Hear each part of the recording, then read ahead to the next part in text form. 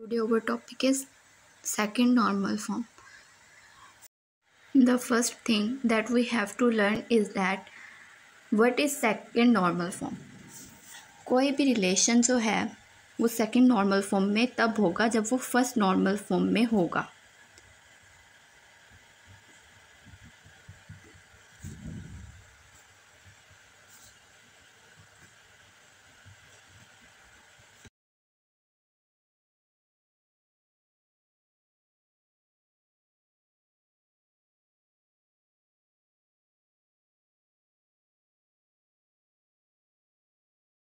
And there is only one primary key.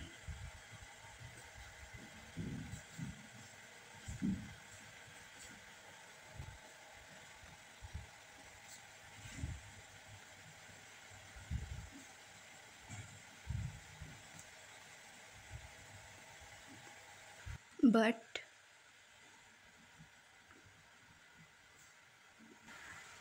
if there are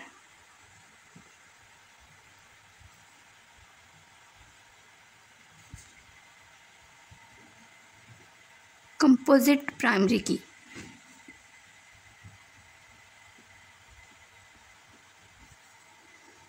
then अगर हमारे पास composite primary की होगी तो हम अपनी जो हमारे पास कीज़ हैं उनके हिसाब से पार्शियल डिपेंडेंसी फाइंड करेंगे.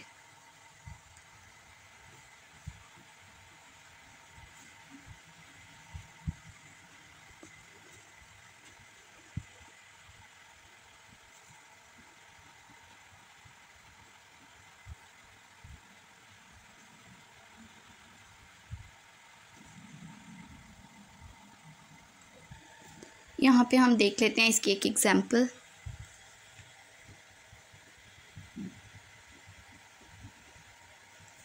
हमारे पास एक दिया गया है रिलेशन स्टूडेंट का.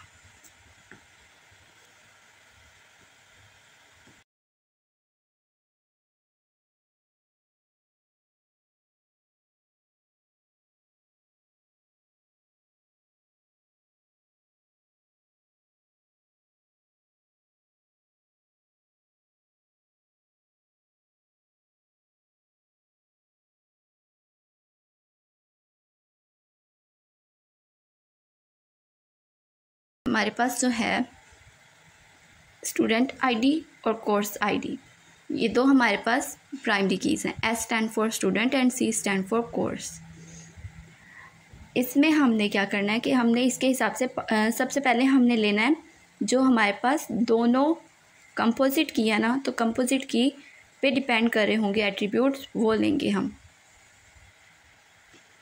अगर हम देखें तो हमें कौन सी ऐसी चीज़ें हैं जो जिनके लिए हमें स्टूडेंट आईडी और कोर्स आईडी दोनों चाहिए होंगे. तो ऐसे हमारे पास ग्रेड है जो हमारे पास स्टूडेंट आईडी और कोर्स आईडी दोनों पे डिपेंड कर रहा है. तो हम यहाँ पे लिख लेंगे ग्रेड, क्योंकि हमें ग्रेड फाइंड करने के लिए कोर्स आईडी भी पता होनी चाहिए और स्टूडेंट आईडी भी, कि स्टूडेंट कौन सा है और वो कौन सा कोर्स स्टडी कर रहा है.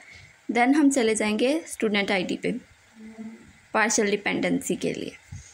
इसमें हम फाइंड आउट करेंगे कि स्टूडेंट आईडी पे कौन कौन सी चीज़ें डिपेंड करेंगे. तो स्टूडेंट आईडी पे स्टूडेंट नेम डिपेंड करेगा. इसमें से स्टूडेंट आईडी पे सिर्फ स्टूडेंट नेम ही डिपेंड करे और कोई चीज़ जो है वो स्टूडेंट आईडी पे डिपेंड नहीं करी. देन हम चले जाते हैं कोर्स आईडी. इसमें हमारे पास कोर्स नेम डिपेंड कर रहा है और जो हमारे पास फैकल्टी है वो भी हमारी इसी पे डिपेंड करी है, क्योंकि जो कोर्स होगा उसके अकॉर्डिंग ही फैकल्टी असाइन होगी. और फैकल्टी फ़ोन नंबर जो है वो भी कोर्स आईडी पे ही डिपेंड करेगा.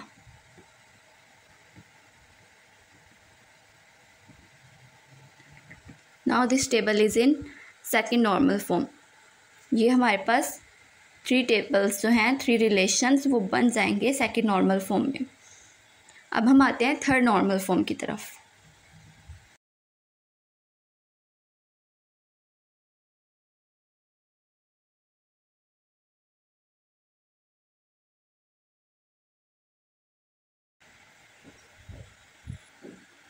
थर्ड नॉर्मल फॉर्म में हमारे पास क्या होता है कि थर्ड नॉर्मल फॉर्म में हमने देखना होता है कि जो हमने पार्शियल डिपेंडेंसी की हैं उनमें से मज़ीद कोई पार्शियल डिपेंडेंसीज होती हैं, चेंज होती हैं, जिस तरह से कि हमें इसे कन्वर्ट करना होता है।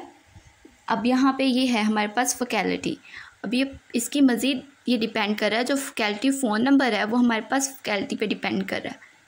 तो ये हमारे पास एक डिपेंडेंसी है जो कि हमारे पास प्राइमरी की पे नहीं बल्कि एट्रीब्यूट पे हो रही है।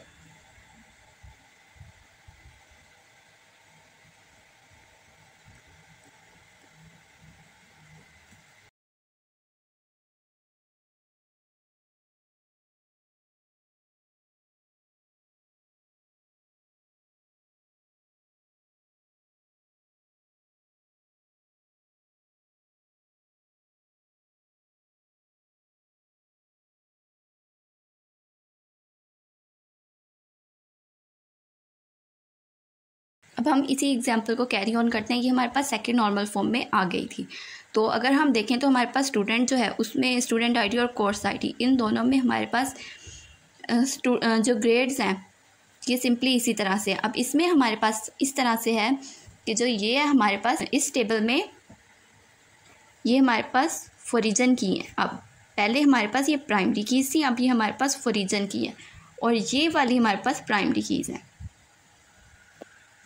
नेक्स्ट अब हम देखते हैं थर्ड नॉर्मल फॉर्म के लिए। तो इसमें कोई पार्शियल डिपेंडेंसी नहीं होती, कोई जो एट्रीब्यूट है वो किसी पे डिपेंड नहीं कर सकता क्योंकि इसमें एक ही एट्रीब्यूट है, इसमें भी एक ही एट्रीब्यूट है। बट अगर हम देखें CID पे डिपेंड हो रहे हैं जो एट्रीब्यूट्स, इसमें फैकल्टी पे डिपेंड करता है फैकल्टी फ़ोन नंबर, क्योंकि फैकल्टी के इन्हीं फैकल्टीज़ के फ़ोन नंबर्स हैं ना, तो ये इस पर डिपेंड करेगा। तो इसको हम फर्दर डिवाइड करेंगे थर्ड नॉर्मल फॉर्म के लिए। तो यहाँ पर हमारे पास आ जाएगा CID और ये इसमें प्राइमरी की ही होगा। इस पे डिपेंड कर रहा है C नेम। अब हमारे पास जो यहाँ पे फैकल्टी है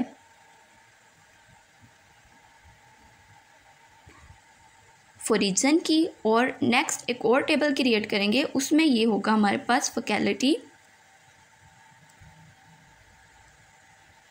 प्राइमरी की, और ये डिपेंड कर रहा होगा, इस पे डिपेंड कर रहा होगा फैकल्टी फ़ोन नंबर। ये हम नॉर्मलाइजेशन इसलिए करते हैं ताकि जो हमारा डाटा है वो कम स्पेस ले और कम्प्लीटली जो है वो हम उसको स्टोर कर सकें इजीली, और वो हमारे डेटाबेस में कम स्टोरेज ले।